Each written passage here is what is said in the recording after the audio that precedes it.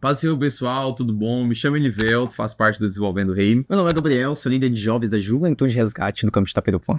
Nós queremos conversar com vocês hoje um tema que Deus falou muito ao nosso coração, sobre Deus se lembrar das suas promessas, ou de nós também lembrarmos Deus das suas promessas. Porque na realidade, muitos de nós temos promessas, mas pelo tempo que se passa, a gente acha que Deus não se lembra mais disso. Às vezes a gente acha que Deus nos esqueceu no tempo, e nós vivemos como se não tivéssemos algo ao nosso respeito. E entra o ponto que é onde nós queremos falar com vocês através da palavra da Bíblia. Êxodo capítulo 5, no versículo de número 22, vai dizer: E Moisés voltou ao Senhor e disse: Por que trataste tão mal este povo?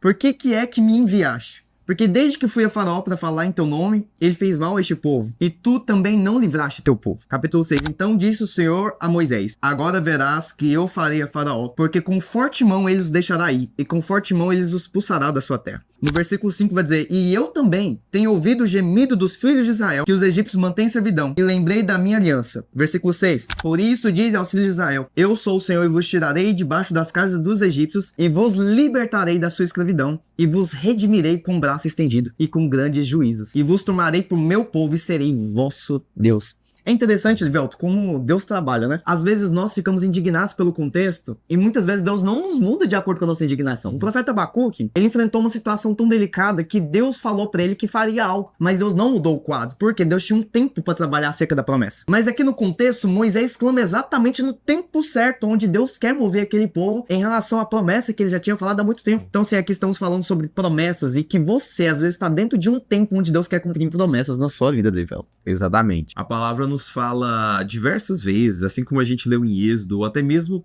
na história de Noé, de que quando chega um momento em que Deus tem uma promessa para se cumprir, a Bíblia usa até um termo, né? E Deus se lembrou. Eu quero até ler aqui, Gênesis 8 diz assim: Então lembrou-se de Noé e de todos os animais selvagens e rebanhos domésticos que estavam com ele na arca, e enviou um vento sobre a terra, e as águas começaram a baixar. Eu acho interessante porque o capítulo 7 fala que já tinham se passado 150 dias que as águas estavam sobre a terra. Então Deus se lembrou de Noé. E é interessante porque assim, nós estamos falando de um Deus que não é limitado a nada. Então como que Deus se lembrou? Não é que ele se esqueceu. A Bíblia está querendo dizer, olha, chegou o tempo de agir, chegou o tempo de eu cumprir uma promessa, de eu fazer algo. E a palavra diz que ele se lembrou de Noé, logo ele mandou um vento, né, sobre a terra para que então começasse a baixar as águas. Eu acho interessante também que nessa história de Moisés fala que Deus se lembrou do povo, então ele desceu para livrá-los das mãos dos egípcios. Então, todas as vezes que a Bíblia fala que Deus se lembrou de uma promessa que ele fez ao seu povo, de uma promessa que ele fez a mim, que ele fez a você, é o quê? Chegou o tempo do cumprimento, chegou o tempo em que Deus começar a fazer algo para que aquela promessa, para que aquela história chegue, né, ao seu cumprimento. Exatamente, porque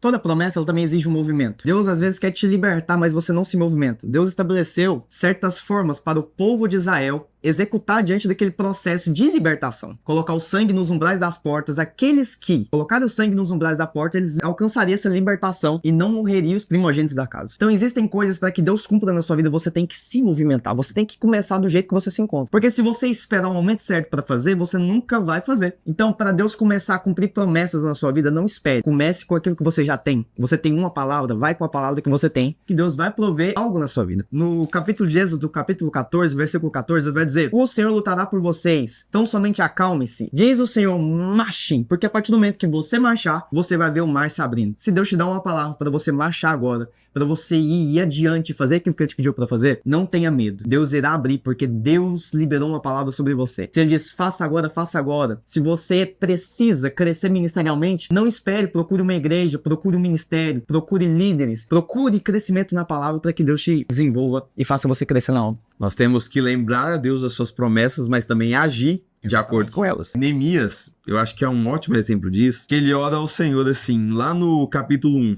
Lembra-te agora do que disseste a Moisés, teu servo. Se vocês forem fiéis, eu os espalharei entre as nações. Mas se voltarem para mim, obedecerem aos meus mandamentos e os puserem em prática, mesmo que vocês estejam espalhados pelos lugares mais distantes debaixo do céu, de lá eu os reunirei e os trarei para o lugar que escolhi para estabelecer o meu nome. Nessa oração, quando Neemias vê a situação do povo e vê o que está acontecendo, ele faz uma coisa, ele lembra ao Senhor de uma promessa dele. Olha pra você ver. Só que ele não só lembra ao Senhor, mas ele age de acordo com aquela promessa. Porque existe uma promessa de restauração. Ele lembra a Deus dessa promessa de restauração. E o que ele faz? A gente vê que, olha, então ele vai orar, jejuar, ele vai falar com o rei. E ele deixa bem claro, nessa época eu era copeiro do rei. Neemias, ele entende que existe uma promessa de restauração e ele começa nos acessos que ele tem. Ele vai conversar com o rei, no lugar onde ele está, no lugar onde Deus plantou ele. Ele não era nenhum construtor, ele não era nenhum engenheiro, nenhum pedreiro, mas ele entende que ele pode ser usado para aquela restauração, para que Deus cumpra a sua promessa. Então ele começa, ele mesmo, no lugar onde ele está, no lugar onde Deus o plantou, orando, jejuando, clamando e indo até o rei conversando. Então, olha, ore, lembre a Deus as promessas, mas também haja. Começa a agir de acordo com aquilo que Deus já liberou sobre você. Antes de você chegar no rei, nas pessoas certas, ore. A Bíblia diz que quando você consulta a Deus primeiro, acerca daquilo que ele falou, ele te direciona com mais eficácia. Então, Neemias passou muito tempo orando acerca daquela promessa para que quando chegasse a hora certa, Deus se manifestasse em corações, quebrasse corações, trabalhasse tudo ao favor daquela promessa se cumprir. Então, quer dizer para você que se hoje você tem uma promessa, você tem uma palavra, você tem um direcionamento da parte de Deus, comece algo agora. Seja um momento de oração com Deus todos os dias, seja lembrando aquilo que ele já falou ao seu respeito. Se você não tem uma palavra, busca de Deus uma palavra, uma direção. Moisés estava indignado, mas através daquele direcionamento, Deus mudou completamente um contexto. Eu quero finalizar aqui falando um texto de Isaías 62, que eu acho muito interessante o que Deus fala através do profeta Isaías. Já existia uma promessa de restauração a respeito de Israel. Deus já iria restaurar, mas o Senhor mesmo assim fala assim: coloquei sentinelas em seus muros, ó Jerusalém, que jamais descansarão dia e noite. Vocês que clamam ao Senhor, não se entreguem ao repouso e não lhe concedam descanso, até que eles estabeleçam Jerusalém e faça dela o louvor nessa terra. Almeida fala: vós que fareis lembrar do Senhor. O que Deus está falando? Olha, sobre os teus muros. Coloquei sentinelas que dia e noite eles clamarão. Eles não darão descanso ao Senhor, mas lembrarão o Senhor constantemente da sua promessa, fazer Jerusalém ser restaurada, não dar descanso ao Senhor, orar aquilo que Deus mesmo já tinha liberado sobre ele. Mas não tem como você ter essa percepção se você não for obediente à primeira direção que Deus te dá. Deus fala para Jeremias descer a casa do oleiro e olhar o vaso e o oleiro que estava trabalhando no vaso. Deus fez uma promessa para Jeremias, tanto para Isaías. E no final das contas, Deus restaurou Israel. Deus fez aquilo que era impossível. Porque como pegar uma condição totalmente quebrada de um povo e colocar em uma condição nova? Uma restauração completa daquele povo. Nada é impossível para Deus. Às vezes hoje você se encontra em um estado que nem mesmo você acredita em si mesmo. Mas Deus diz uma promessa sobre você: eu te restaurarei, te resgatarei como um forte, te libertarei dos seus traumas, dos seus medos, das suas ansiedades e te levarei a um novo estado onde que você saberá que fui eu que cumpri minha promessa sobre você. Amém.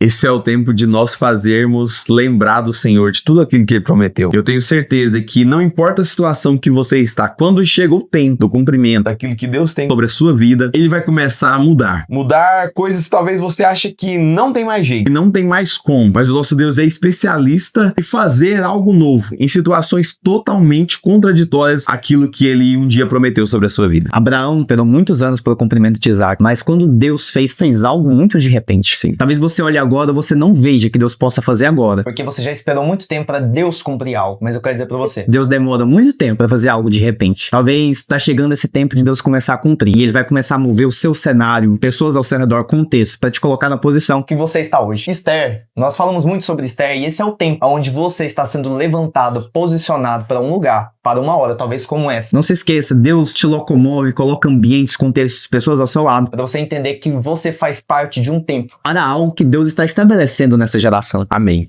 Nós cremos que esse é o tempo e que nós seremos surpreendidos com os movimentos que Deus está fazendo. Talvez você não está vendo, mas nos bastidores Ele já está trabalhando ao seu favor. Exatamente. Como Esther, não perca atenção. Às vezes você está sendo escolhido, você está sendo apontado. Exatamente porque Deus está olhando para você e contando com você. E exatamente, se você achar que não é com você, livramento virá de outra parte. Deus levantará outra pessoa no seu lugar. Mas acredite, Deus está chamando você mesmo está assistindo esse vídeo. Deus não te escolheu para assistir esse vídeo à toa. Tem alguma área que Deus conta com você. Tem algum ministério que Deus está contando com você. Se levante e posicione, porque Deus tem uma promessa, mas para essa promessa se cumprir, do livramento do povo de Israel nas mãos dos assírios, eu quero dizer para você, Deus tem uma palavra para você. Apenas obedeça o que Ele te fornecer de direção e continue em frente. E Deus pode cumprir algo muito de repente quando você decide se posicionar. Essa palavra seja firmada no seu coração. Nós estamos seguindo uma orientação, uma obediência do Espírito. Para que você e eu sejamos edificados, Olivel. Nosso amigo, parceiro de longa jornada.